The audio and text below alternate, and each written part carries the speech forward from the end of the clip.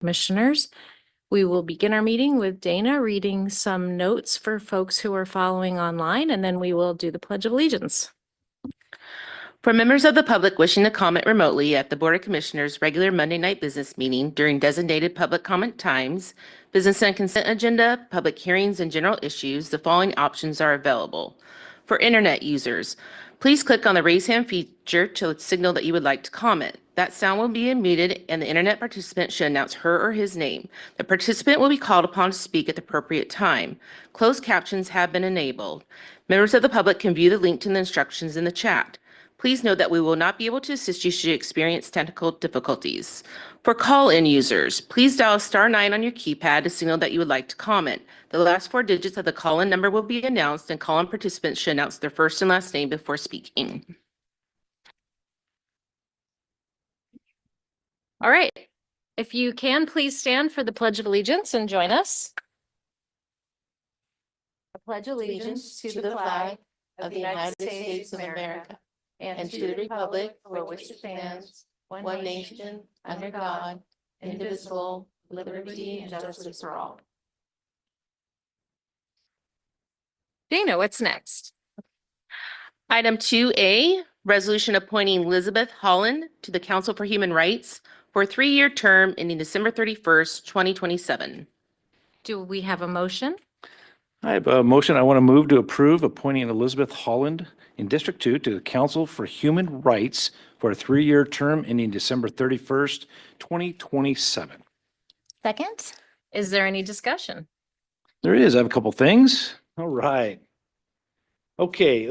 A little bit about the Council of Human Rights advises the Board of Commissioners on issues related to discrimination, promotes the equitable treatment of all people, and reduces prejudice through prevention, education, and resource referral and advocacy.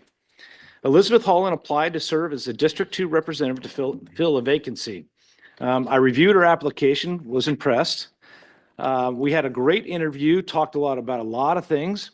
And again, I was very impressed.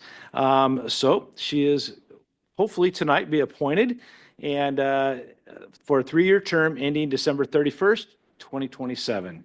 A little bit about Liz. She's the vice president of an experience and research design organization for Boeing Employees Credit Union. She's also a subject matter expert on website accessibility guidelines. She earned a master's degree in human factors and information design. As a member of the LGBTQ plus community and as a parent, she is deeply committed in advocating for human rights and contributing to initiatives that ensure every person is treated with fairness and respect. Yeah. Thank you. Yeah. Is there any further discussion? No, Is she here tonight? she is. She is. Would you like to come up and say a couple words? Well, maybe we should vote first. Oh, and yeah, I then guess that come on probably up. makes sense. Okay. All those in favor of the motion to appoint Elizabeth Holland to the Council for Human Rights, please say aye. Aye. Opposed? Motion carries. Elizabeth, thank you for stepping forward. Would you like to make a couple of comments? Thank you, Madam Chair. Thank you for the very warm welcome. I'm a new member of the Kitsap community. I've been here for about 6 years, originally from New York, and my family and I love it here, and I'm very pleased and eager to help and work with the council members on the Human Rights Council. And thank you again for the opportunity. Thank you very much. Thanks for joining us too. I think you'll like the council. Awesome. Thank you. Thank you. Okay. Item 3A, resolution proclaiming the week of May 18th, 2025 as National Public Works Week in Kitsap County.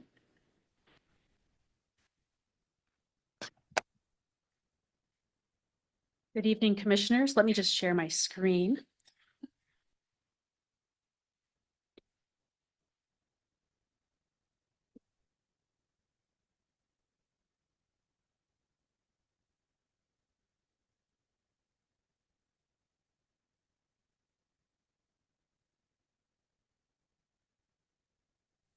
Good evening. My name is Kim Pleger, and I am the Communications Manager for Kitsap County Public Works.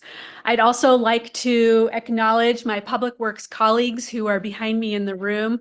In particular, I do want to just call attention to Tina Nelson, who serves as a board member for the association, the American Public Works Association.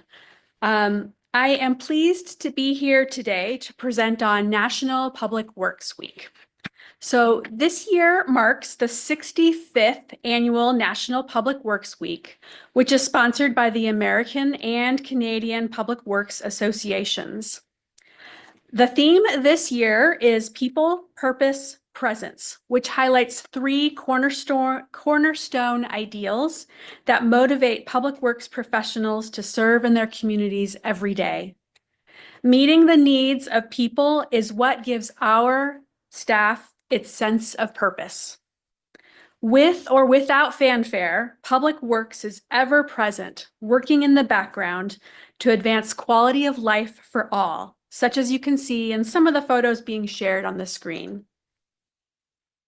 I have a proclamation that I'd like to read. Whereas public works professionals focus on infrastructure, facilities, and services that are of vital importance to sustainable and resilient communities and to public health, high quality of life, and well-being of the people of Kitsap County, Washington. And whereas the support of an understanding and informed community is vital to the efficient operation of Kitsap County Public Works programs, including sewers, roads, solid waste, and stormwater management. And whereas the health, safety, and welfare of this community greatly depend on these facilities, programs, and services. And whereas the quality and effectiveness of these facilities, as well as their planning, design, and construction, are vitally dependent upon the efforts and skill of Kitsap County Public Works staff. And whereas we appreciate the employees in the Kitsap County Department of Public Works who work hard every day to provide quality services throughout the county. And whereas the year 2025 marks the 65th annual National Public Works Week sponsored by the American Public Works Association, be it now, therefore be it resolved that the Kitsap County Board of Commissioners do hereby proclaim the week of May 18th, 2025 as National Public Works Week.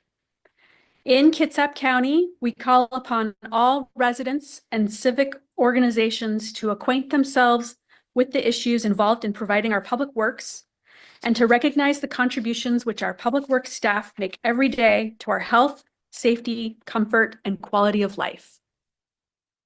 So I want to thank you for your time this evening. And I'd like to propose that the Board of County Commissioners recognize the contribution of all of our Kitsap County professionals by proclaiming the week of May 18th National Public Works Week in Kitsap County. Thank you.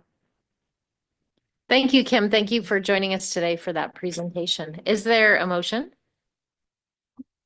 Yeah, I'm happy to make that. I move to proclaim the week of May 18th, 2025 as National Public Works Week in Kitsap County. I'll second. Is there any discussion? Just a huge thank you to all of our public works staff, because exactly what you said, Kim,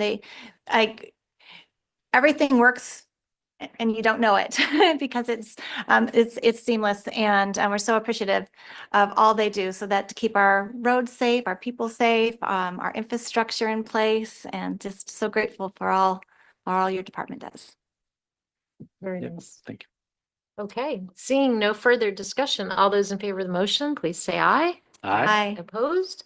The motion carries. The week of May 18th is hereby proclaimed National Public Works Week in Kitsap County. Thank you, Kim. Thank you. Yes.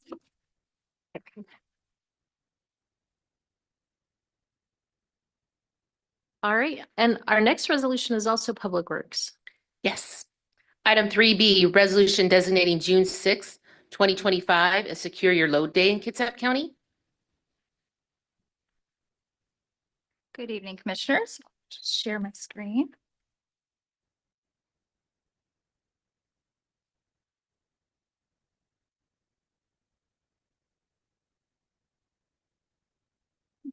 Okay. All right, good evening, Commissioners. My name is Caitlin Newman. I'm a program supervisor with the Public Works Department. I'm in the Solid Waste Division. I'm here this evening to ask for your proclamation declaring June 6, 2025 as Secure Your Load Day in Kitsap County. Secure Your Load Day is recognized across the country to commemorate lives that have been taken or impacted by debris from unsecured vehicle loads. It's also a day to remind drivers about their responsibility to secure all vehicle cargo. The Secure Your Load campaign was started in 2016 by Robin Abel, a Washington State resident whose daughter was nearly killed by a piece of particle board that flew from a vehicle on a state highway.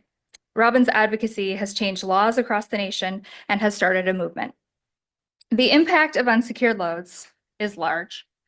In 2022, there were nearly 900 deaths nationally. In Washington, there are typically 300 crashes each year.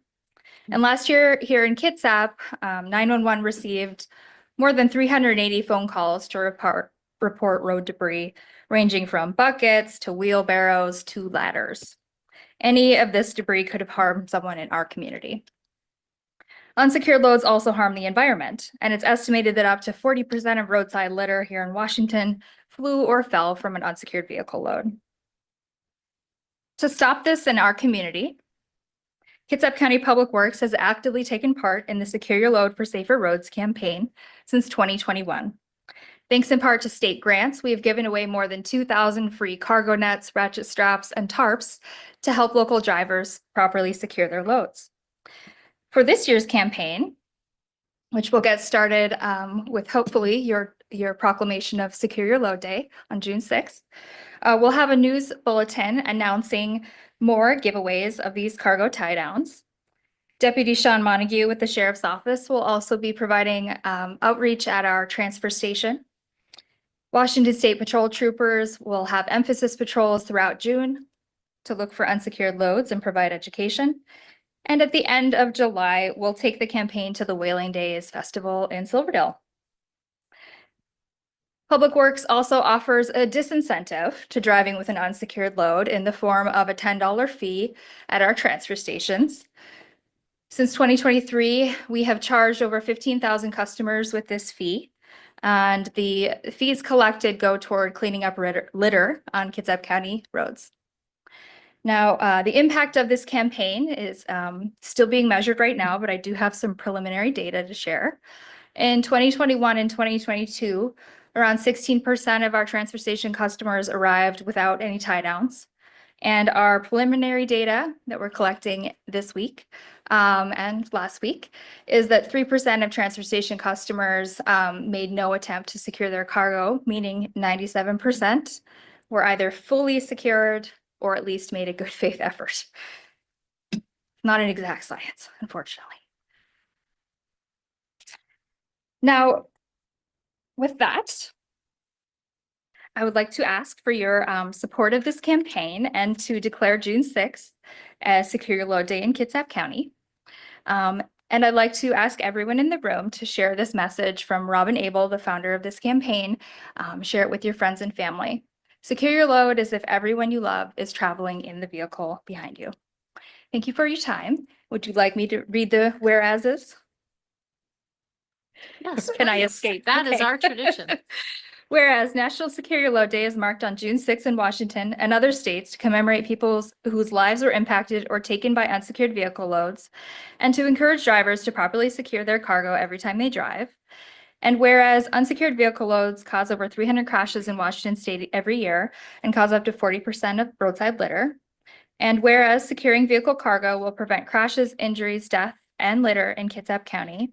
And whereas litter and driving with an unsecured vehicle load is against the law in Washington State. And whereas Kitsap County wishes to recognize the employees of Kitsap County transfer stations for their important role in educating others about the importance of load securement.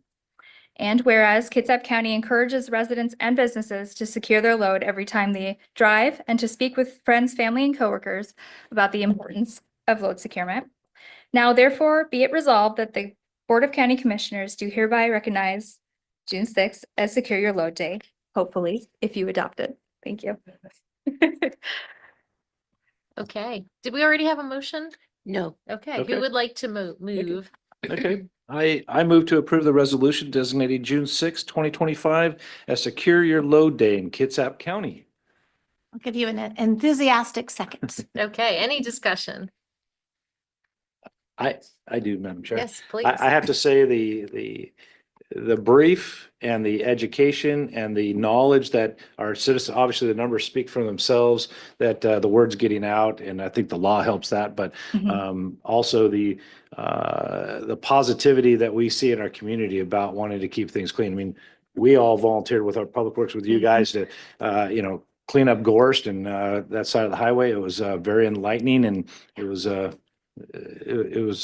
very enjoyable to do that, seeing the end product. So thank you for all you're doing. Thank you. Thank you for your time. Dish that Commissioner Root dragged out, the vegetation was unsecured or purposely thrown out. Right. Yeah, hard to say on that one. I don't know if that would fit through a window, but. Caitlin, I just want to emphasize, you told us when you briefed us on this a week or so ago that you were going to be out at the transfer stations counting loads and go from 16% unsecured to 3%. It seems like a very good increase. It seems like Yeah. a very good success. So Anecdotally, congratulations. we had noticed this for years, but it was nice to see some data supporting it. Yeah, that's Yeah. great. Yeah. And thanks to those that work at the transfer station too. I think, yeah, you mentioned in our whereases, but really the education piece is so huge. Yep. And even though it's a small fine, I think it's a significant reminder of the importance of securing your load. So thank you. Yes, you're welcome. Thank you. Thank All you. right, all those in favor of the motion, please say aye. Aye. Opposed? The motion carries. The resolution is adopted. Thank you. Thank you. Thanks for your work, Caitlin. Item number 4, administrators' comments. No comments this evening, Madam Chair. Thank you. Okay. This is an opportunity for the public to address the board on regular business agenda, including consent agenda. Okay, and I have nobody signed up to speak. We have a bunch of people signed up to speak to an item that is on the agenda, which is the Arborwood Developers Agreement, which we will have those comments at the end of the meeting so that people have the benefit of hearing the presentation and can comment following before we make a decision. Is there anybody online who wishes to speak to anything on the business or consent agenda? No one is raising their hand. Okay. I need a motion to approve the consent agenda. Oh, I do have someone that just popped up. So, Let's go back for them. okay. Okay. Anthony Burgess, I'll allow you to speak. Go ahead. Just requesting to be repositioned as a panelist for agenda item 2A, if any questions come up. Okay. Okay, that was not a member of the public. It's Sorry. Anthony from our sewer utility. That's great. Thank you, Anthony. We will see you soon. Is there a motion for the consent agenda? I move to approve the consent agenda. I'll second. Any discussion? I just want to let you know, I was out, but I did have the opportunity to review and with all the links. So just so you know that I did review it. So I'm happy I'm comfortable approving the consent agenda. Thank you, Commissioner Walters. All those in favor of the motion, please say aye. Aye. Opposed? Motion carries. The consent agenda is approved. Item 2A, resolution allowing an extension to and modification of the 2010 development agreement with Pulte Homes of Washington and Taylor Morrison Northwest. Okay, and we have a presentation from Ray Fleischem, our DCD director. And then following that presentation, we'll get Rafe up here first.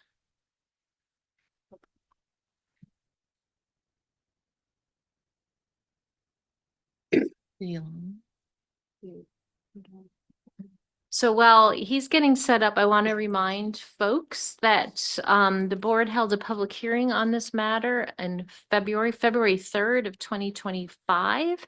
Right. And thereafter Appreciate it. directed the Department of Community Music, so- Development to negotiate terms of an extension. We've been briefed in open session along the way as to the progress, and tonight we will deliberate and decide on the developers agreement extension request. So we're first going to have this presentation that summarizes it. Then we will have some remarks from Taylor Morrison and/or Pulte, who are the other parties to the DA.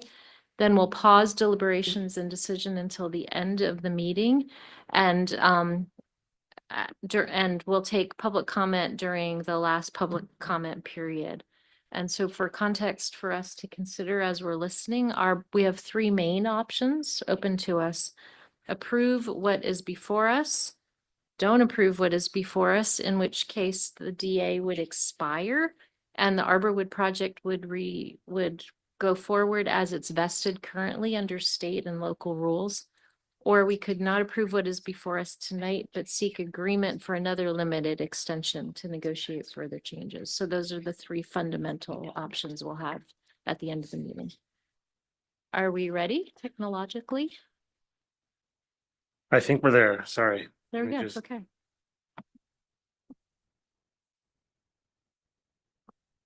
All right. Sorry about the commissioners. Good evening. I'm Rafe Weisham, the Director of Community Development, and I'm here to discuss the Arborwood DA extension.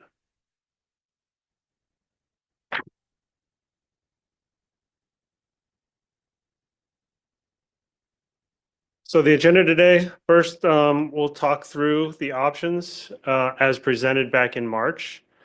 Actually, I think it was February. Then we'll get to today's ask. We'll go through a little bit of background on the DA and Arborwood specifically. We'll go through the board request as part of the negotiation process that you tasked my department with back in February. We'll go through the changes we made, specifically the relevant changes to the DA, and then we'll open up for questions.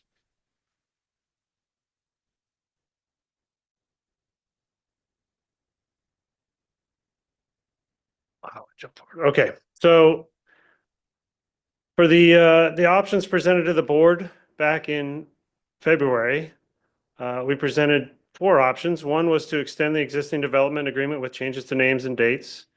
2, to approve a 5-year extension as requested by the applicant. 3, to approve the extension and amend it to meet other code and other changes. And then 4 was to disapprove the extension. I've starred number 3 today because that's today's ask. Approve the proposed resolution allowing an extension to and modification of the 2010 development agreement with the applicants.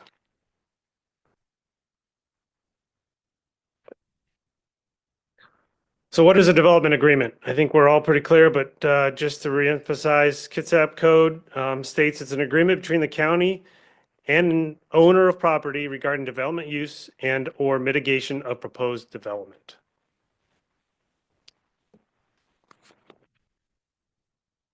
So here you can see where Arborwood is located. It's just southwest of Kingston. On the right, you see the phases. Those phases are pretty accurate as of today, with phase 1 through 5, and then 6 north and 6 south. As of right now, phase 1 is final and development has started. We have received applications for SDAPs for phases 2 through 6. And we also have minor plat amendments currently for phases 3 and 6.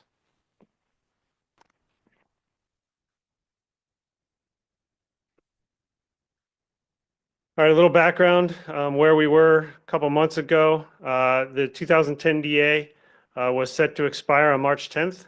So back in February, you gave us a 63-day extension to that March 10th date to March 12th to allow for negotiation in line with the board directives. County staff had negotiated with the owner with updates to the board in open session and now recommend the adoption of the amended and restated DA. As a reminder, here were the requests you guys asked of us. First, to bring stormwater facilities to current standards. You asked for phasing and clearing grading activities to be clearly stipulated. Goal was and is to avoid large-scale clear cutting that sits without further activity. Minimize the need of mitigation in the 50-foot buffer. Discuss options regarding fire safety. Discretion regarding the clarity, ease of implementation and monitoring for both parties. And then timeframe extensions and conditions of extensions. And as we go through these changes, I'll kind of point out where we've highlighted each one of these throughout the process. Added to the negotiation process as we started going through One, when talking with Public Works, we realized we needed to have a discussion with the applicants regarding the sanitary sewer maintenance bonds and general maintenance costs with lift station 82, which we can talk through as we get to it. Based on interested party concerns and comments, we wanted to discuss potential vesting to current CAO. And then some issues we were having with regards to park impact fees and how we assessed them and collected them. We wanted to clear that up in this DA. So those are three things we added as part of the negotiation process. So we'll jump right into the changes we've made. There's about 12 of them. The first one just adds recitals G through L, updating to reflect the current situation. We added section 2.2, which is the project perimeter buffer, and this addresses your request number 3, which was minimize the need of mitigation in a 50-foot buffer. Specifically, this requires an arborist risk assessment report for each SDAP, which also includes tree removal and replacement vegetation. It addresses those and talks about those two things. Section 2.4.2 addresses the sewer concerns regarding lift station 82. This is what we talked about. One of the 3 things we've added. The county in this part, the county agrees to release the current sewer maintenance bonds, but then Pulte agrees to post a new bond in the amount described on the screen. That bond is eligible for inspection after 3 years or 210 connected residences, and this is associated with phases 1 through 3. And then Pulte agrees to reimburse up to $5,000 per year for general service and maintenance costs associated with lift station 82. And as you know, and Anthony is online to answer any questions regarding that one. Item 4 was to add section 2.5 stormwater, and that is to bring stormwater facilities to current standards. They are bringing, per the new DA, they meet all current stormwater standards, or they will, required to. Section 2.6 for CAO, this is another one we added. This addresses the CAO vesting. And to summarize, and I know it can be a little difficult to read the DA, and because we highlight everything that they now are required to come into compliance with the critical areas, and it's a lot. So what I'll talk to here for a second is what they are not going to come into compliance with 2024, and they're going to remain vested in 2007. And those things are section 210, which is wetland ID and function rating. Section 220, which is wetland buffer requirements. And parts of section 315, which is stream buffers. To summarize that, it's basically the buffers that have been updated with 2024 CAO requirements that they are not going to come into compliance with. And the reason for that is because that would require major plat amendments to what they have currently submitted. In order to offset that, the applicants have agreed to address, to mitigate and enhance certain areas outside of that. And I'm going to show where those areas are on the next few slides. Those areas are certain existing roads within existing logging roads located within the buffer and abandoned on construction of the new project, and where feasible, adjacent to new stormwater facilities. So as we go through that, you can see here what I have circled is the 5 different areas where they've proposed potential mitigation and enhancement. Area 1, and you can see on the right what is in the red lines, maybe a little bit tough to see, but it's basically the road coming out of what is phase 3, I believe, or phase 2, might be phase 2, actually phase 2, and some old logging roads there, kind of in the center of that screen. So basically everything in red is potential proposed mitigation.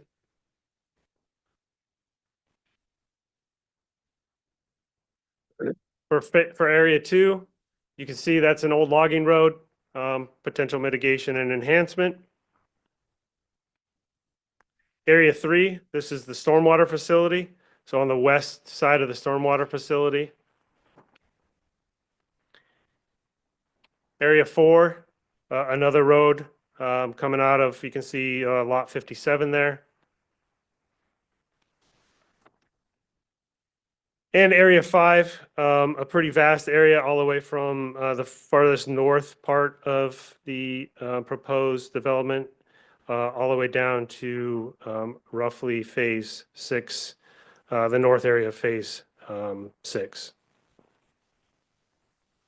So kind of along the left side of the development, and then a little bit along the edge of the road, and then some more down to the south along a wetland, and then an old logging road, I believe.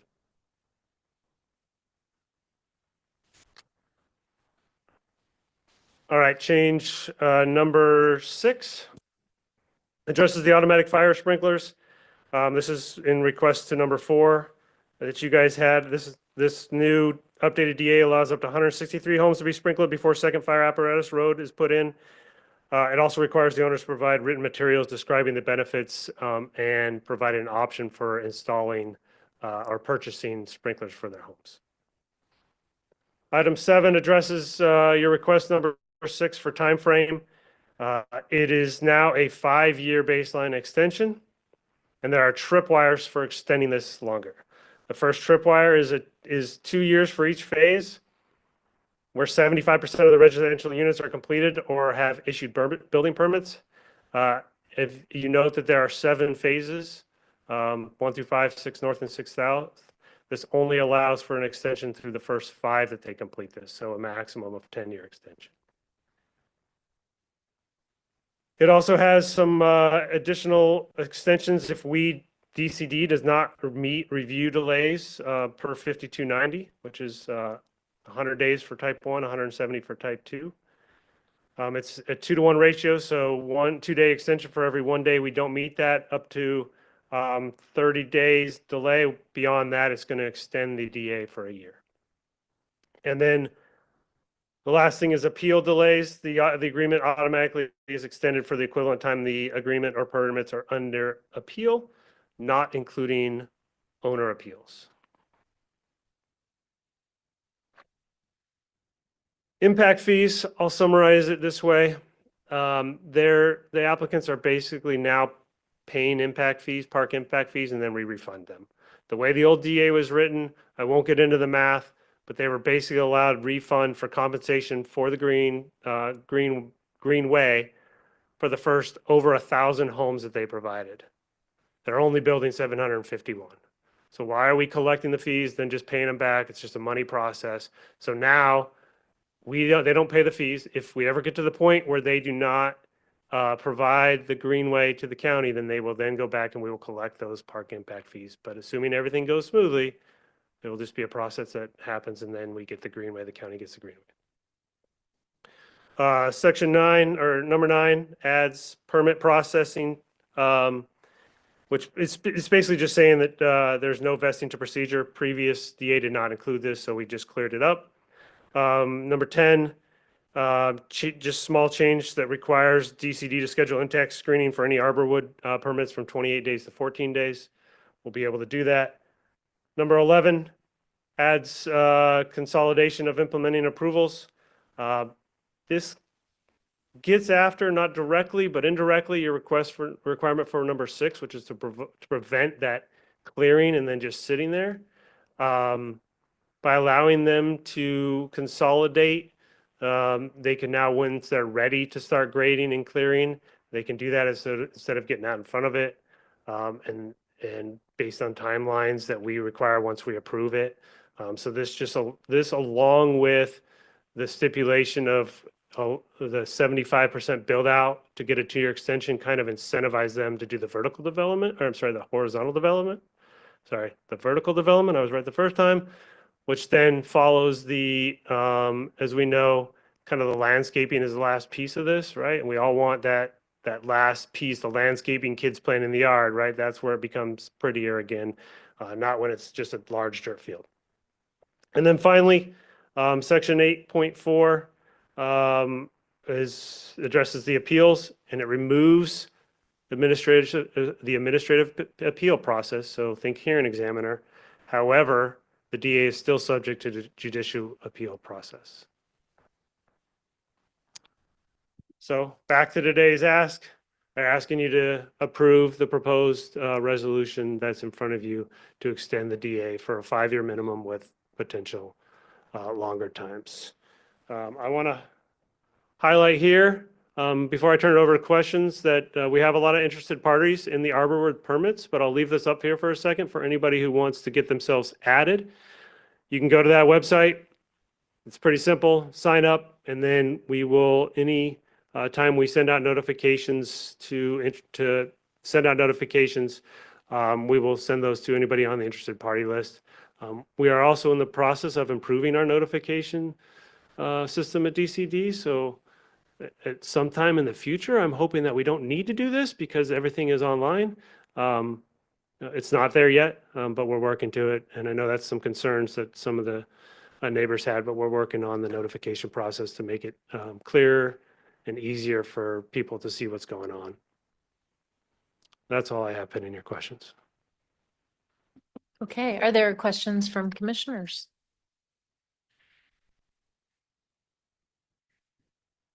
No, I really want to thank you and your department because you were able to give us all this information and line items in advance for us for review for tonight. So thank you.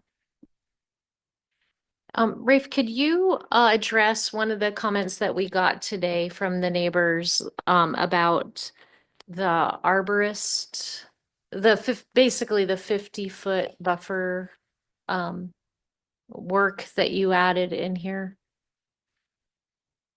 Yeah, so anytime that they're going to do some clearing, they're gonna within that, when they're looking to do clearing near that 50-foot buffer or in that 50-foot buffer, we're gonna have an arborist go out and walk the property with the member DCD and with the applicant to address the trees that needed to be taken out because of potential wind throw, potential root rot, so that we can avoid maybe some things we've seen in other areas of the county.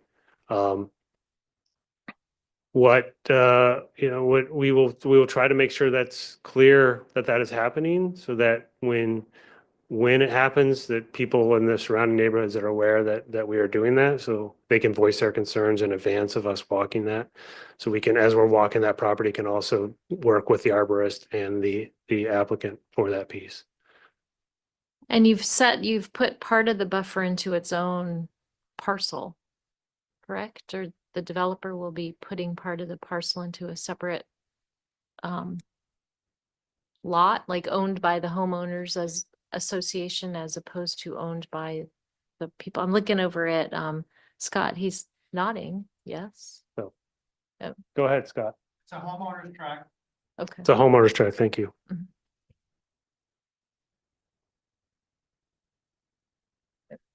Just one thing, yeah. Okay. I want to reiterate Commissioner Walters being a part of this, being a new commissioner and sitting down through this this DA agreement and the modifications that you and your department has spent endless hours trying to work closely with all parties involved, all stakeholders.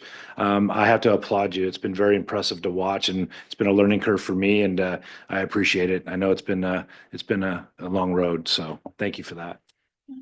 I also want to express appreciation to the neighbors for your involvement in this, because we know this deeply impacts you and your community. So thank you so much for your comments and for helping us guide our questions as well. Yeah. And can I just point out that not only people in my department, which they've been obviously tremendous, and they just tell me what to say and then I say it. But also Lisa Nickel, who's helped out tremendously through this process as the attorney helping us, because I wouldn't have been able to do it without her as well. So. Thank you. Noted. Are we having the applicant speak now? I have Andrew, Lewis, and Pete signed up for the general speaking after the meeting when the public is commenting. Is that what, are they speaking later?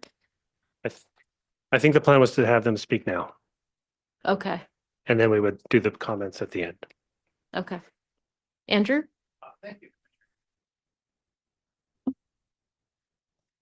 Thank you so much for this opportunity. Andrew Lewis, legal counsel for Taylor Morrison and Pulte Group in this development agreement process.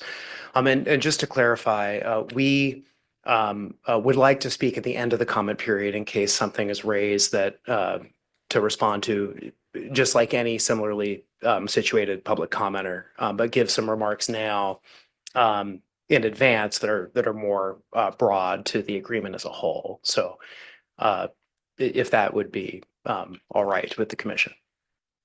I wasn't expecting that, but we will make that work. Thank you so much. Commissioners, I will make a couple of remarks and then hand it over to Pete Limberis from Taylor Morrison.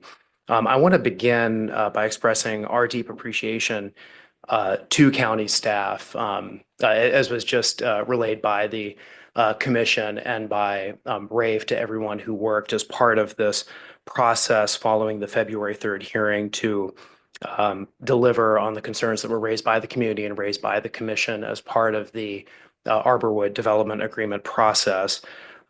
Pete Limberis is going to cover some of what we want to present this evening, and then I will come back to the podium to make a couple of additional remarks. So with that, I want to hand it over to Pete at this time. Thank you, Andrew. Good evening, commissioners. It's great to be with you again. My name again is Pete Limberis, and I'm the president of the Pacific Northwest Division of Taylor Morrison. Ryan Stokes, the division president of Pulte Group, couldn't be here tonight, but he wanted me to extend a hello, and he also kind of partners with me on these remarks. I want to start by expressing my appreciation for the professionalism and hard work of DCD and the rest of the Kitsap County team, including the DA and her team. We very much appreciate them working with us on the agreement in front of you this evening. Following the hearing on February 3rd, the commission asked staff to explore with Taylor Morrison and Pulte Group updates to the development agreement, including stormwater, critical areas, fire sprinkler standards, in addition to changes to applicable processing procedures and the term length of the agreement. The agreement before you this evening delivers on all of those fronts. Through discussions between DCD and the Taylor Morrison and Pulte team, Arborwood will fully implement current stormwater standards and on all remaining phases of Arborwood, sorry about that, apply a substantial portion of the current critical area standards and increase the amount of automatic fire sprinklers installed in the homes in Arborwood. All of these changes to the DA are county benefits, in addition to the continued agreement that the 104-acre greenway will be conveyed to the county and Heritage Park and expand Heritage Park. Further benefits include certainty to consistently build and deliver new homes to the Kitsap County community.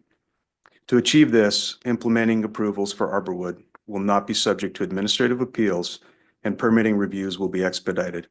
As home building progresses, term extensions will be unlocked, ensuring that the right amount of developed land will be ahead of and made available for continuous new home production. This agreement, in short, centers the interest of both Arborwood and the county for the benefit of the broader community. After months of diligent negotiation and hard work, we can move forward in partnership and finally get Arborwood over the finish line. I strongly urge you to accept our joint recommendation with DCD to pass the resolution before you and support the amendment to the DA this evening. Thank you. Hello again, commissioners. I just want to highlight a few more areas of the agreement before we proceed with the agenda. When Taylor Morrison and Pulte Group initially proposed an amendment to the DA in August of 2024, it was a very limited agreement, simply extending the term of the DA mostly in the status quo and providing for initial time to complete the project as it was originally envisioned. But the agreement that we have here today and that has been testified to confers a greater public benefit and takes into consideration a lot of the changes that the county has experienced during the pendency of entering the DA to the present day. So under the terms of the original agreement, the Arborwood project will deliver the 104-acre Greenway expansion to Heritage Park, as well as a number of other community amenities, a 3-acre community park, 18 pocket parks throughout the development, 8,000 feet of recreational trails, a paved regional and pedestrian trail, And now, per the terms of the agreement as amended, in addition to those benefits from the underlying DA, there will be conveyed a complete upgrade to current stormwater code for the remainder of the project, the remaining phases of the project. Substantial upgrades to applicable critical area code, as Rafe covered in detail, with the assistance of the maps of the critical areas to be receive additional remediation. And the number of homes with automatic fire sprinklers, which was also covered in the DCD presentation.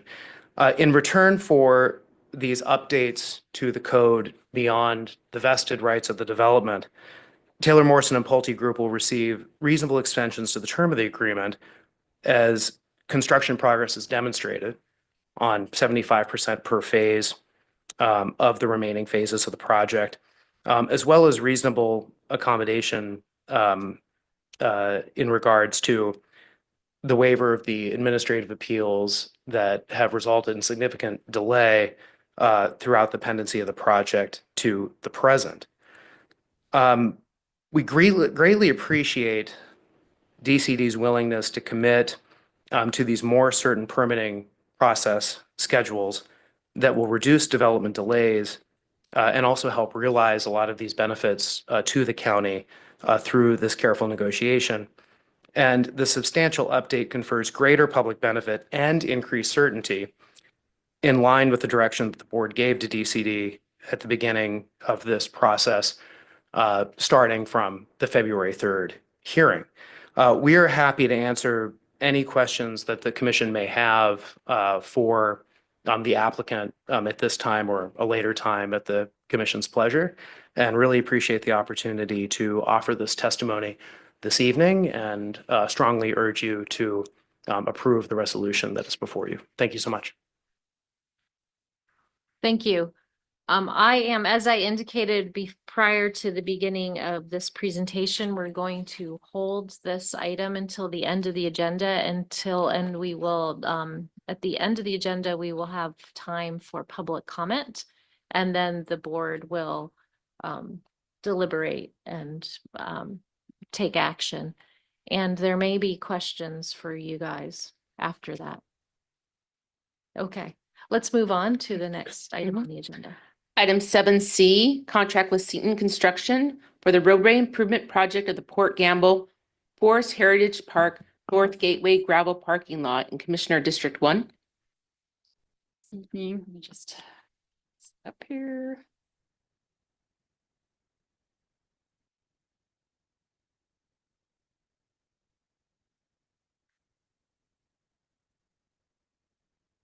Good evening, commissioners. My name is Michelle Philly, and I'm a project manager in Public Works.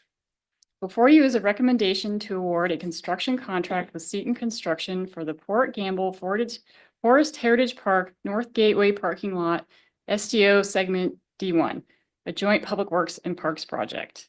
The county opened bids on April 22nd, and we received 6 bids. Seton Construction was the lowest bidder and deemed responsible under the terms of the contract.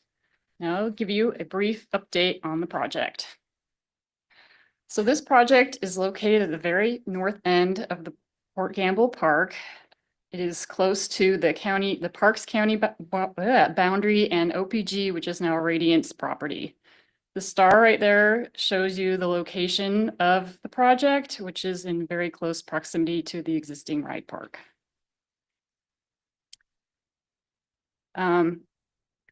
So this is just a snip from the project plans, and I just want to note that this is rotated on its side, so north is to your right. But I just wanted to highlight some few things, but the project itself is a 75 stall parking lot with an access road that connects to the existing Carver Drive. And there is also a portion of the STO that connects to the existing portion of along Carver Drive, which is segment D1.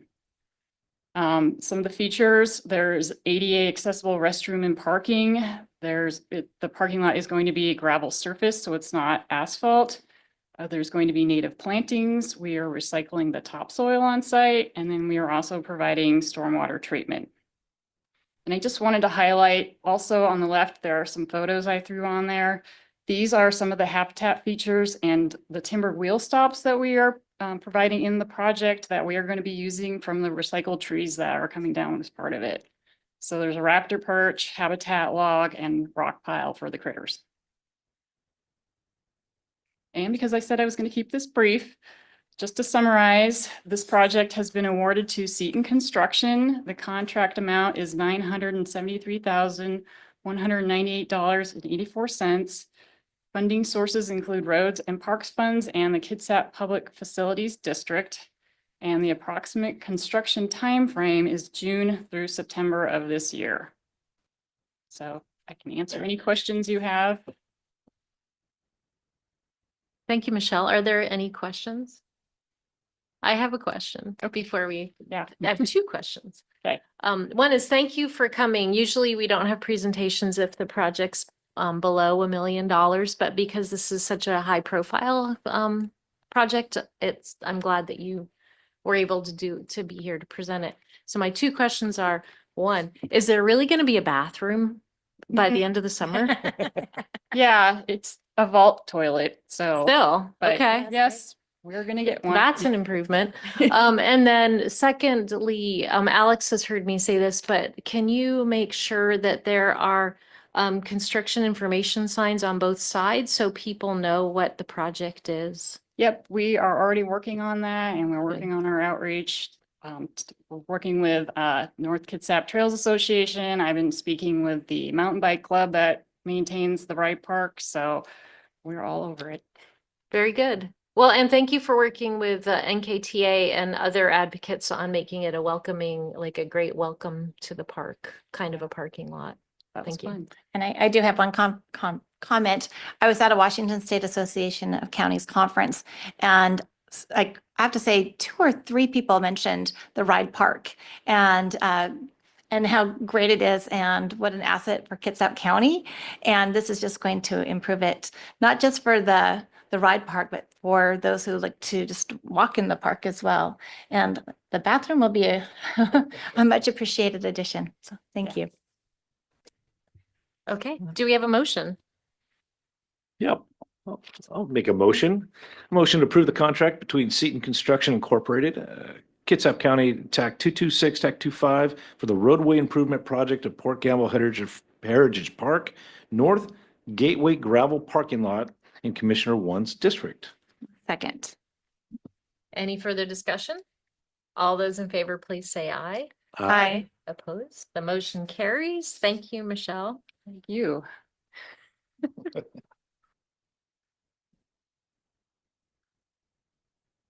Michelle's first week of work was my first week of work. You've been working on this parking lot for a while. Yeah.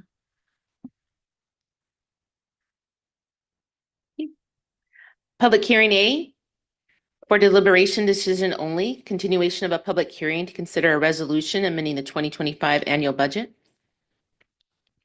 Okay, we had a public hearing on this at our last meeting, but we did not take action. I moved it to this for deliberation and decision only. Do commissioners have any comments they wanted to make on this? Okay, I know our budget office is online if we have questions. Okay, this was pretty straightforward. Seeing no discussion, I need a motion. Did we get a motion? We did not yet. Okay, I'm happy to move to approve resolution amending the 2025 annual budget. And I'll second. all right. Is there any other discussion? Dan, I'm really glad you're here to keep track of all this. Seeing no discussion, all those in favor of the motion, please say aye. Aye. Opposed? The motion carries. Public hearing B for deliberation decision only, continuation of a public hearing to consider a petition to vacate a portion of right-of-way known as Division Avenue within the plat of Chief Seattle Park located in Commissioner District 1. Is there a motion? This also, we had a public hearing on this. We had one neighbor come and speak in favor. I think we heard from a couple of neighbors, but it was favorable. But again, we decided to move it for deliberation decision only to this meeting. All right, Madam Chair, I'll make a motion. I move to approve the petition to vacate a portion of the right-of-way known as Division Avenue within the plat of Chief Chief Seattle Park located in Commissioner One's district. Second. Okay, is there any discussion? Okay, seeing no further discussion, thank you, Public Works, for your patience working through this. All those in favor of the motion, please say aye. Aye. Opposed? The motion carries. The petition to vacate is approved. Public hearing C for deliberation decision only. Continuation of a public hearing to consider an ordinance amending portions of the Kitsap County Code, Chapter 14.04, Technical Building Codes. Okay, we had a public hearing on this at our last meeting too, and likewise, we moved it forward. Is there a motion? So I haven't had a chance to review all of the public comments from the last meeting, so if you're open, I would like to push this to our June 9th meeting for decision. And if not, I'll just abstain.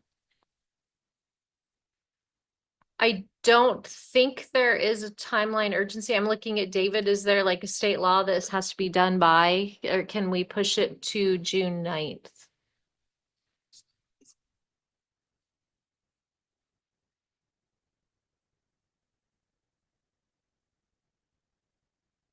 Good evening, Commissioners. David Lineham, Kitsap County Fire Marshal. We probably should have had this ordinance done about 14 months ago at the same time that we adopted the code. If there are changes in leadership and all the workload that we've had move forward, it's caused us to be late. So the sooner we can do it, the better we will be. Okay, thank you. Can you just stay up here? And, Yes. So this is for deliberation decision only. I think there's not a motion before us, but it sounds like there's a request to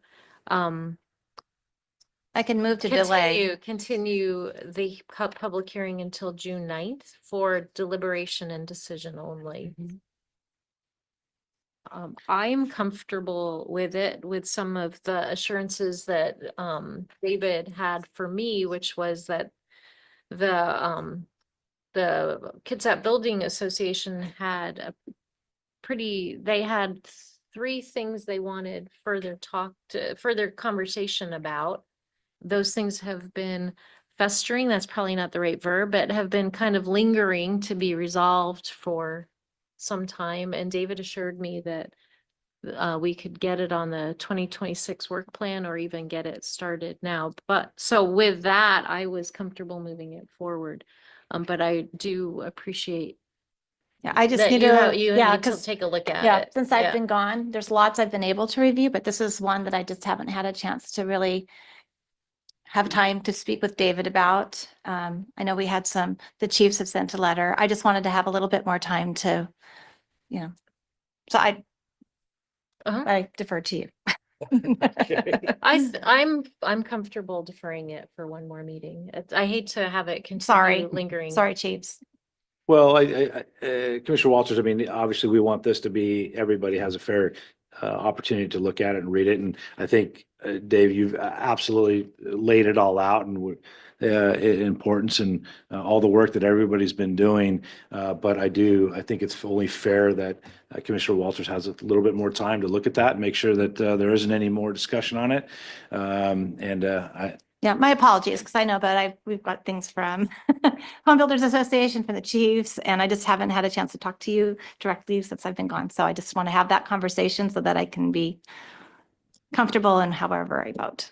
I'm going to move that we continue this public hearing to the June 9th meeting for deliberation and decision only. Second. Further discussion? Thank you. All right, we will move it along and you two will connect. Thank you, Okay, Commissioner. very good. Thank you. Thank you, David. Thank you. Thank you. Do we need to vote?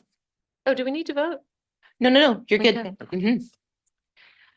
Public hearing D, public hearing to consider a petition to vacate a portion of undeveloped right-of-way known as Northeast Arizona Street and 6th Avenue Northeast, located in Commissioner District 3. All right, and to present this is Susie Pride. And we, Commissioner Walters, we recognize that this was your commissioner district and you were not here when we scheduled it, but we had already advertised the public hearing. So we will have the public hearing Good evening, Commissioners. I'm Susie Pride. And I work for Public Works, Roads and Engineering Department with the Real Estate Services Division. So the Hatch area, you see the larger portion is North Prairie Water District, and they are asking for the little Hatch areas that are right of way.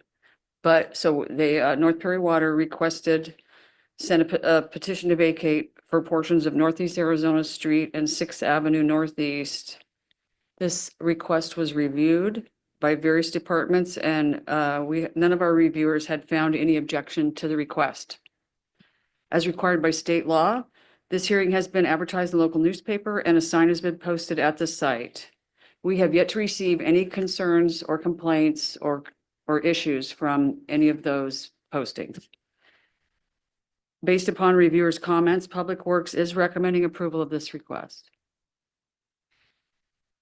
This is another one I'd like to delay, not because I just haven't driven it yet. So I like to put my eyes on these before we do it. So if we can delay for one more meeting, is there anything urgency in that? Are we okay? I think we're fine. Yes, that's Okay, fine. so There's yes. other issues that may or may not concern you.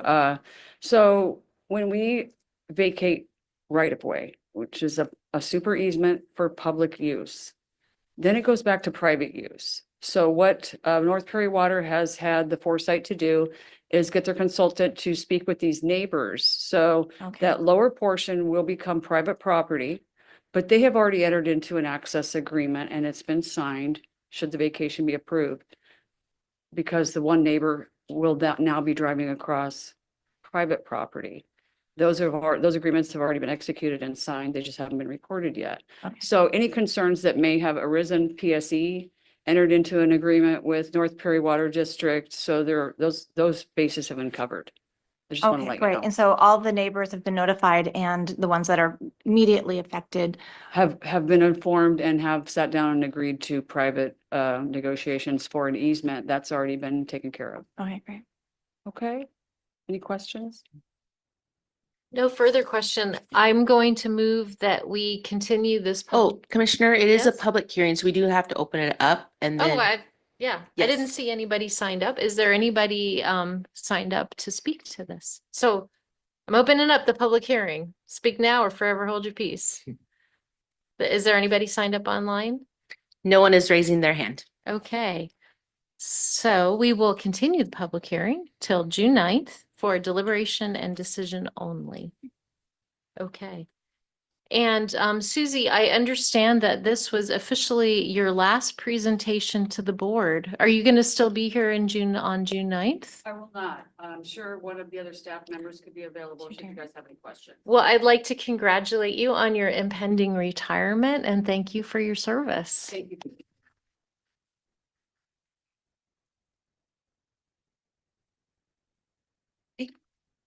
This is the opportunity for the public to address the board on general interests.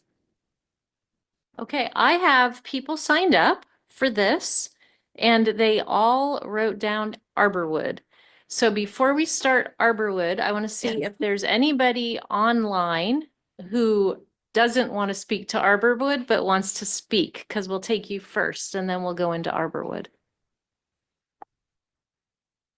Anybody raising their hands? No, no one is raising their hand. Okay, do we have anybody online who wants to speak to Arborwood, just so we have a sense of numbers?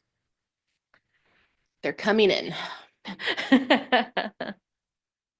Oh, just 3 right now. 3, okay. Mhm. So we have, just for people's information, we have 8 members of the public signed in to speak. And then we also have the applicants signed in as well. So let's get started with the people who are in the room, then we'll go to the people online. Okay. And April, do you want to start us off?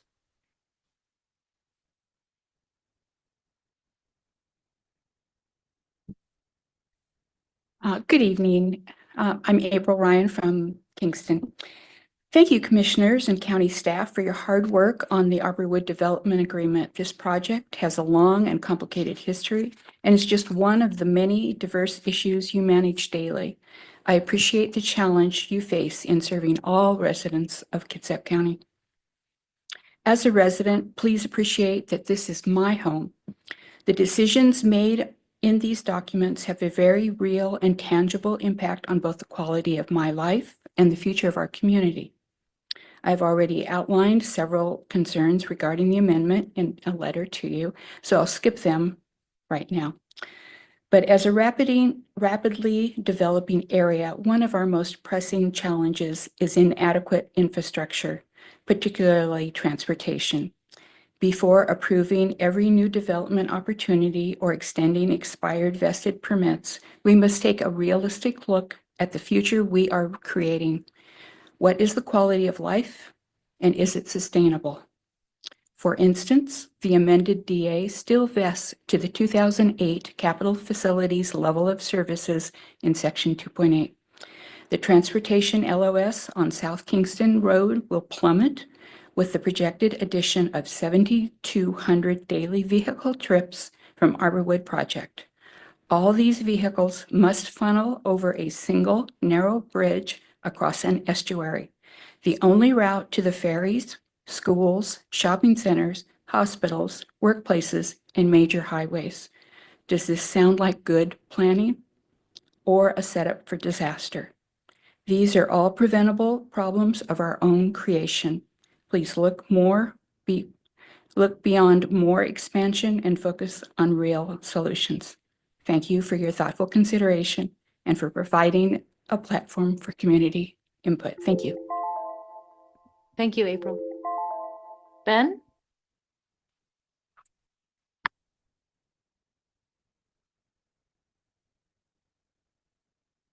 Good evening, Ben Strobel. I live in Kingston. I had written up a piece tonight, but after a few things were said here, I have a couple of questions. One refers to the surveys that were done 17 years ago on traffic impact. They're going to dump 500 to 600 cars per hour out onto South Kingston. If you have an accident down at Arnez Park, the only other way out for everyone in Arborwood, in Jefferson Beach, President's Point, anywhere out there is in through Indianola. Well, let's say we have a forest fire.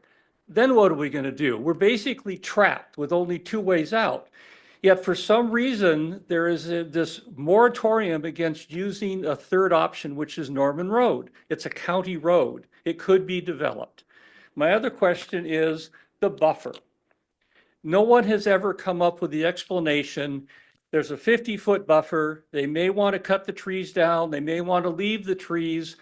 If they cut the trees down, are they going to leave the natural elderberry, salmonberry, alder, maple that's already growing there? Or are they going to scrape it down to bare dirt and rock like they do every place else in the development, and then come in with some plants and plant them like the cedar trees that got toasted in Division 1? Go look. Okay, thank you. Thank you, Ben. Next is Jamie Clough.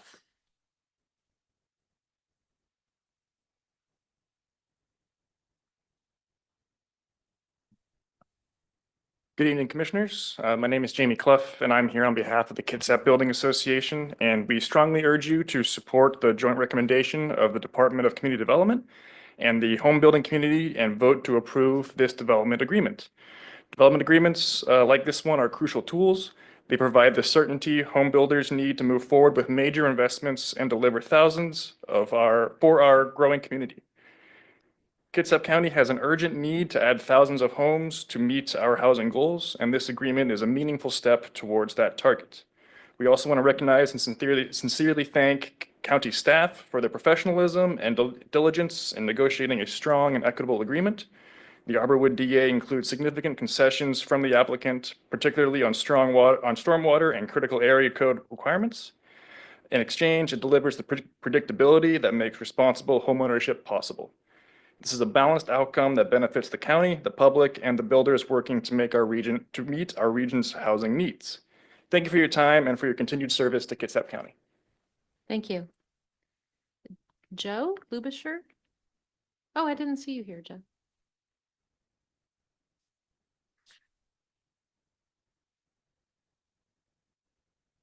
Okay. Good evening, Commissioners. My name is Joe Lubisher from Indianola. So as I understand this DA, and understand we've only had a couple days at most to look at it, it's creating a hybrid code, okay? So number one, these references to vesting to the current CAO is a complete misrepresentation, and I ask you not to refer to it that way. So we're dealing with a hybrid code. So the first problem we have, is it going to create some inconsistencies? I don't know. There's nothing in the development agreement that's going to address that. The second thing is Monday, I've got to go to a hearing before the examiner. And so he's going to get section 2.6 and attachment J and be told that this is what he has to adhere to. As I understand that this development agreement, if passed today, would apply to phase 2 appeal. So correct me if I'm wrong. I think the only answer to that is to create what should have been done in the beginning, is to create a full text of the code that the hearing examiner and or the Superior Court judges are going to have to adhere to. I know the 2007 and 2024 codes fairly well for a member of the public compared to the staff, and I can't figure it out. So changing topic slightly, I understood Director Washam to say that certain mitigation items were being put into the being offered as some compensation for these CAO changes, but they're not in the DA. They need to be specified and put in the DA. And in regard to that, I know, like, for example, area 1 and 5, there's already a lot of mitigation going in there. I really have no idea what is being proposed.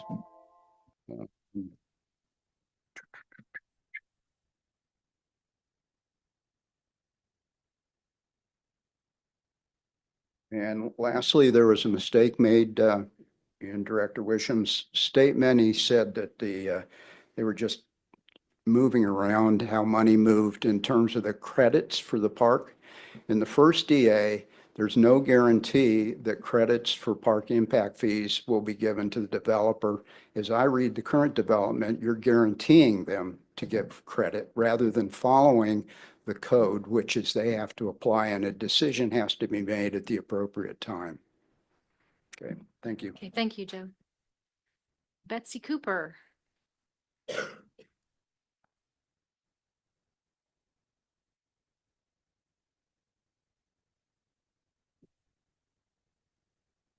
Betsy, before you get started, Yep. I'm gonna ask Director Wisham if you hear comments that you'd like to clarify or address, if you could be ready to do that. I'll call you up after the public comments, after the public's commented, just if you have things you want to answer. Not required, but it would be great if there were things that could be clarified. Okay, go ahead, Betsy. Okay. Thank you. Great. My name is Betsy Cooper. I live in Kingston. While I acknowledge the time and effort taken to negotiate and update this DA, there are major problems that still persist, and I suggest that you revise, make some revisions to the extension in these areas. Excuse me. 6.1.5 discusses county discretion, and I suggest that this section should be eliminated. This is not the same as the original DA language, which was specifically associated with what you could do as a 5-year extension. As written now in the DA, this essentially provides unlimited discretion, and this is unwarranted. 6.14, the appeal delay is unprecedented and should also be eliminated. It penalizes an appellant of any sort that has thoughtfully brought forward errors or inconsistencies in the county in county's actions, and that shouldn't be that shouldn't happen. 6.1.2, construction progress results in essentially 15 years of automatic extension, which is essentially as long as the DA is. That's too long. Those should be reduced. Those individuals should be reduced to 1 year rather than 2 per phase. 8.2, consolidation of implementation approvals. This allows the owner to bring not just existing applications, but new or revised applications for review and consolidate them all. And then in 5.15, it gives the county no additional time to complete or review that and tips it into extension. So I believe that that's not appropriate, that there should in fact be some criteria for additional time for the county to review those approvals so that they're not forced to make errors.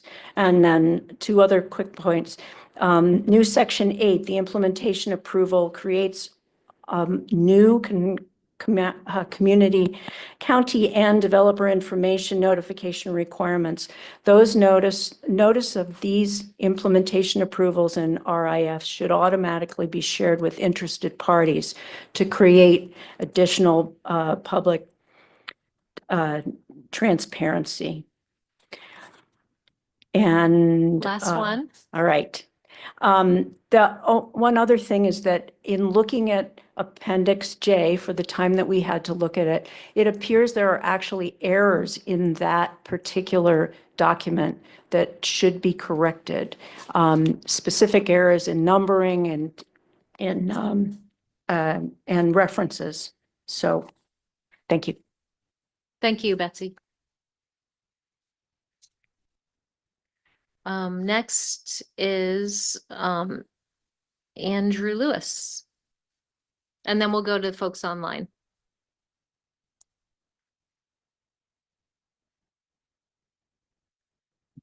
Thank you, members of the commission, and appreciate members of the public identifying some additional areas of concern. I'll go through as many as I can in the 2 minutes allotted. Some commenters raised concerns about transportation mitigation.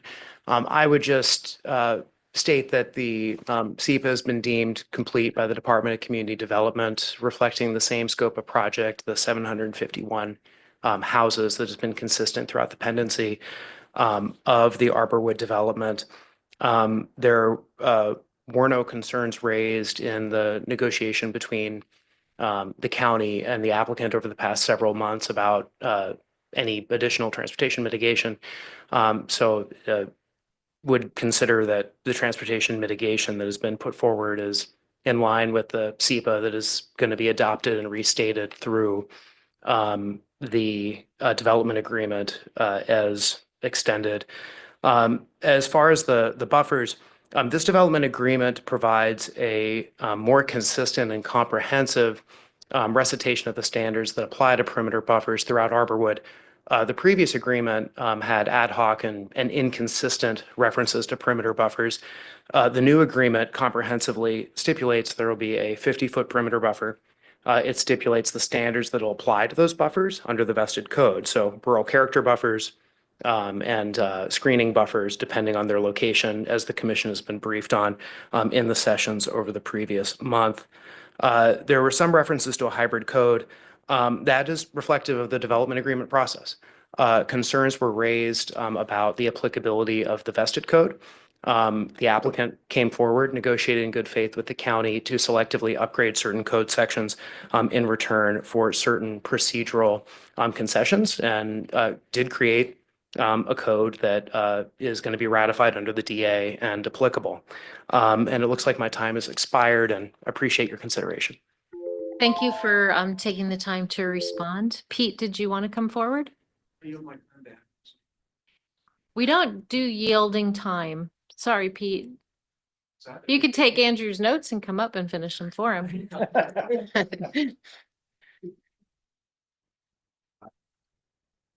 Okay, very good. Thank you. Dana, who do we have online? Yes, first up is Beth Nichols. Go ahead, Beth. Hi, this is Doug, shared computer here at home. I wanted to bring up 2 points that I'm hoping that the commissioners will embrace for future development agreements, which applies to this. Please not allow any more vesting in of older, outdated environmental, CAO or stormwater standards for any future project. That makes no sense at all, especially ones of this size near a critical wetland.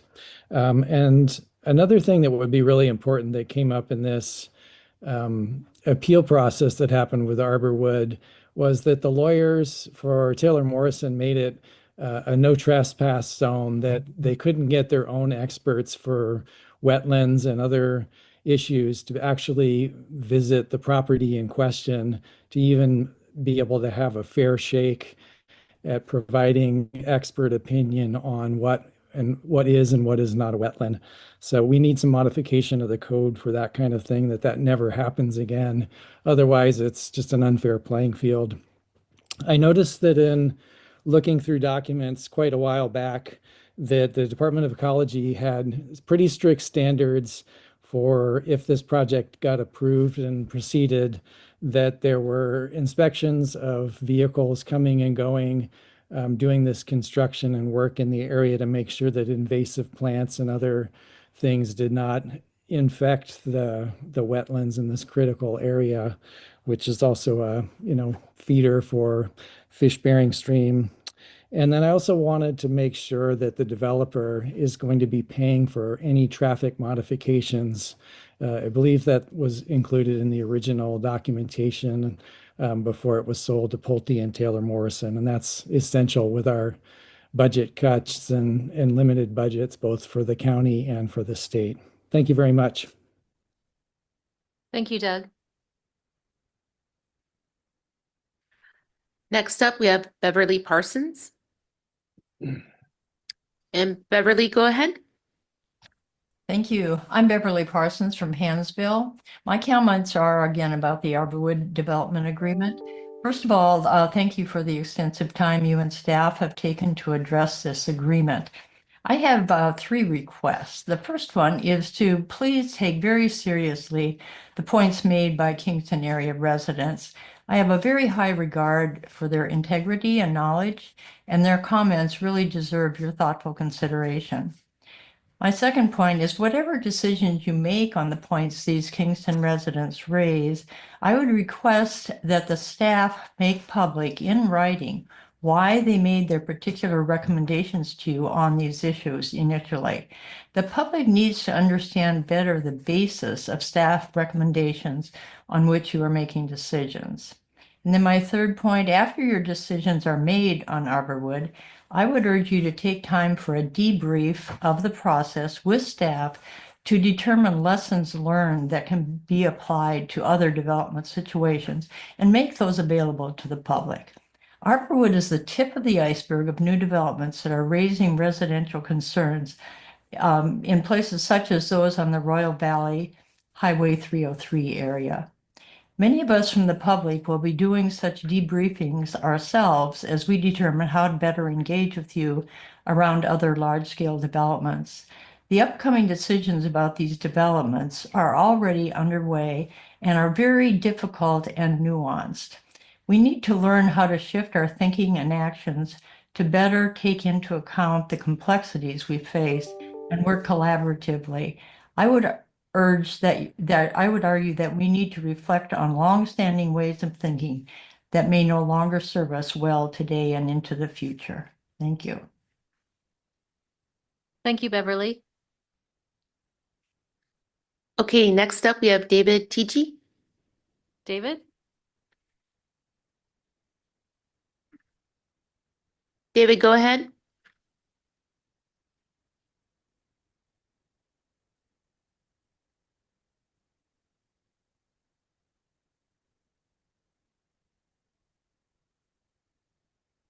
David, it looks like you're still unmuted. How's that? There you go. Yes. I'm Dave Teegee. I live on Hellbend Lane, and I have a question under changes 7, and it has to do with the appeal delay.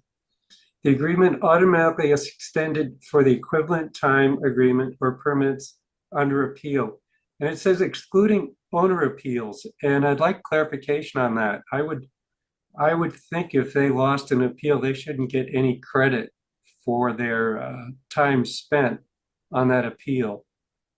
That's all I had. If I can answer the question, I appreciate it. I think we can answer that right now because I'm looking at Director Weisham. You are correct in the way you want that to be interpreted, David. If the applicant appeals, it doesn't count towards their extending their time frame. Otherwise, yeah. Otherwise, if somebody else appeals, they're appealing a county decision. So it's the county's responsibility. And so it seemed fair to not penalize the applicant on that because it was an appeal of a county decision. But if the applicant appeals the county decision, they don't get a benefit from that. Okay, thank you very much. Yep. And I'm not speaking on behalf of the director, but I was watching him as I spoke and he was nodding. I nailed it, he said. Thank you. Thank you. Is there anybody else online? No one else is raising their hand. Okay, Rafe, do you have some comments?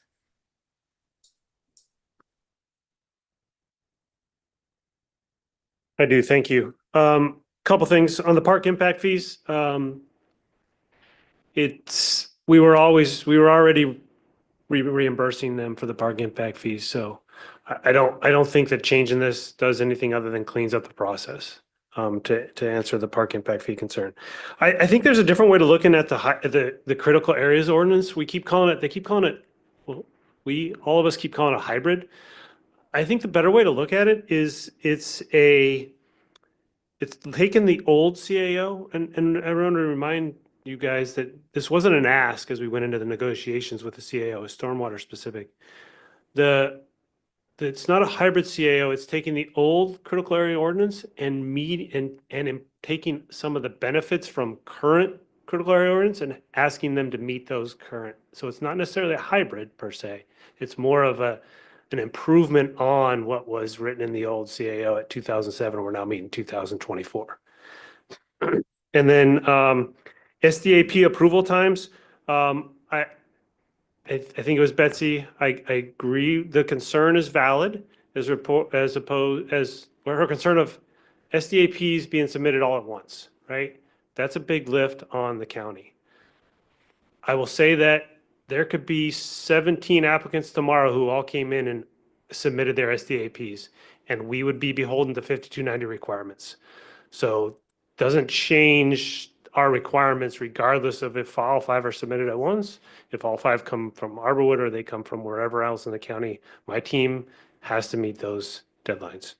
And then finally, I just want to remind everyone in the room that the current zoning for Arborwood would allow for 9 dwelling units per acre. So when we talk about traffic impacts, we talk about impacts in the area, the current zoning would allow for townhomes, commercial infrastructure, and over 2,300 units as opposed to the 751 that are here. So just when we think about the impacts, if we went right away from this agreement and just allowed development to happen, the zone would allow for those impacts. So I want to make sure we're clear on kind of why development was signed in the first place, is to prevent that. And that's all I've got, unless you have any questions for me. Since we have Rafe up at the podium, are there any other questions for Rafe as follow-up?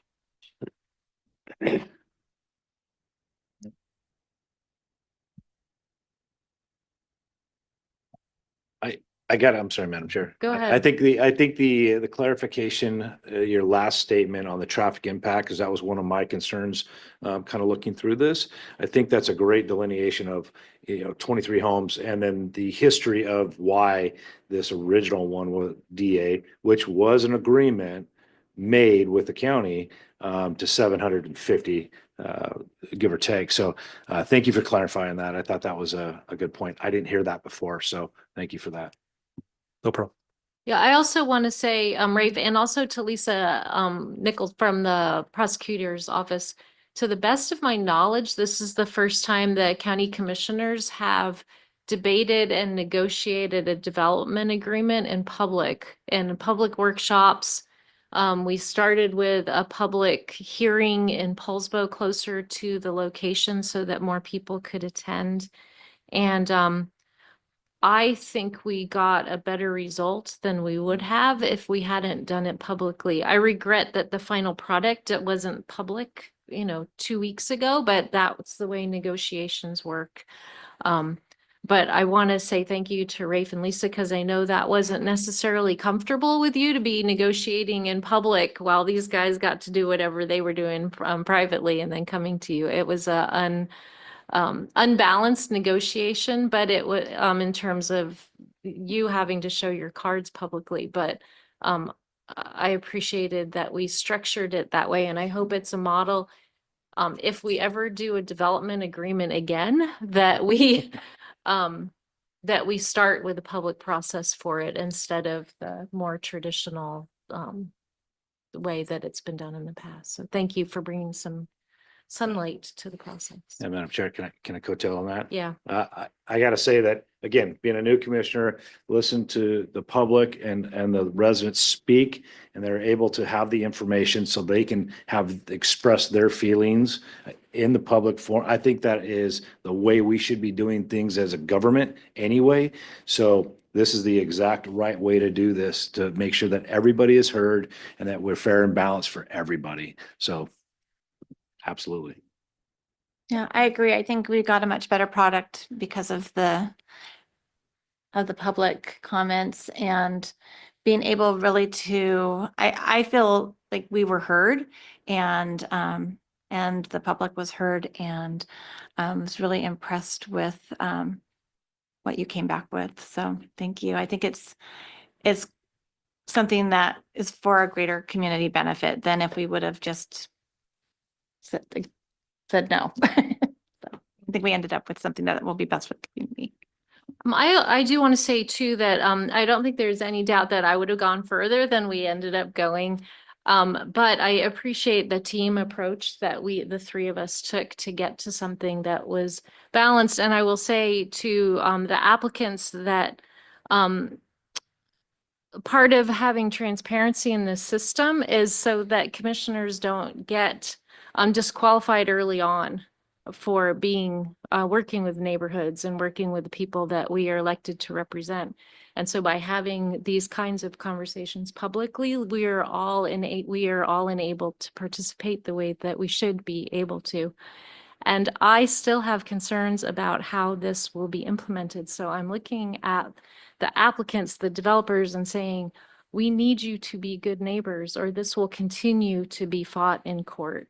And so you have heard really clearly for the last 4 months what is important to the people who live near the new neighborhood you're creating, and you've heard what's important to us. And I hope that that will carry through to the on the ground, the contractors that you use, the subcontractors that you use, and you can carry that back to your headquarters. You can tell people you're building one of the best, most prettiest developments in America, and that you are doing it with integrity and responsive to the environmental values of the North Kitsap community. I'm hoping that that is what we hear moving forward. And I hope that the county will hold their feet to the fire and make sure they perform. And we will. Well said. Okay, thank you, Rafe, for clarifying. Is there any other discussion? Okay. This is probably a motion nobody's excited about making, but does anybody want to make it? Oran? I'll make the motion. Okay.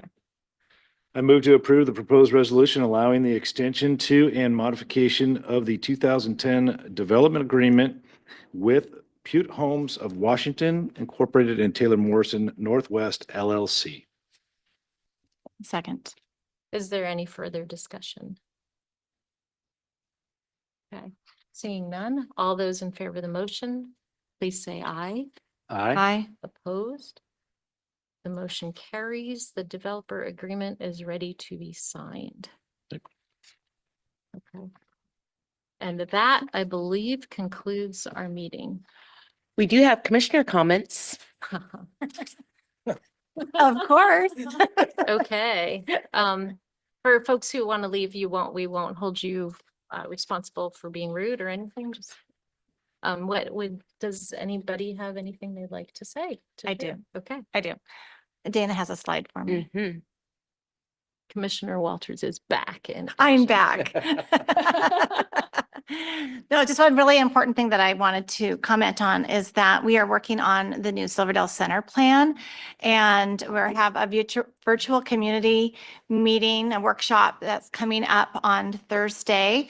And there's the link. If you see the link, you can join us online. I will put it in my newsletter. I will also push it out online.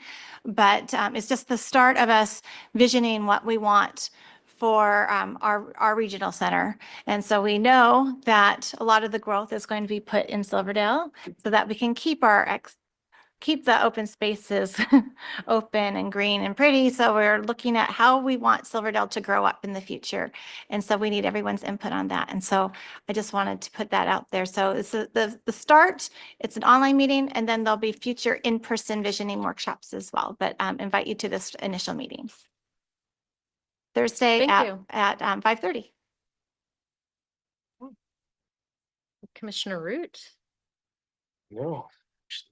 you guys are forgetting the part where we're riding in a Hummer.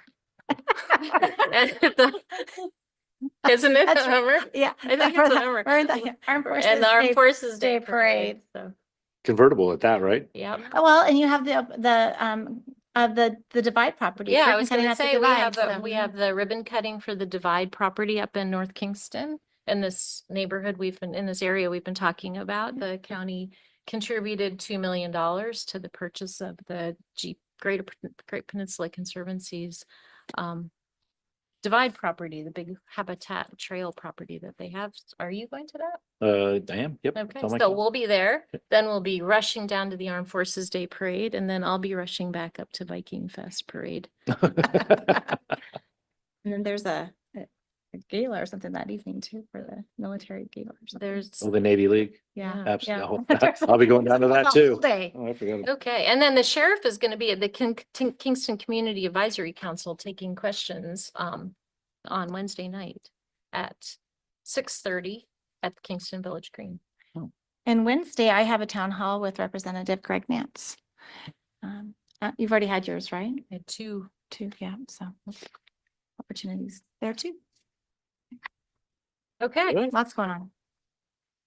that concludes our meeting. Thank you. Thank you all.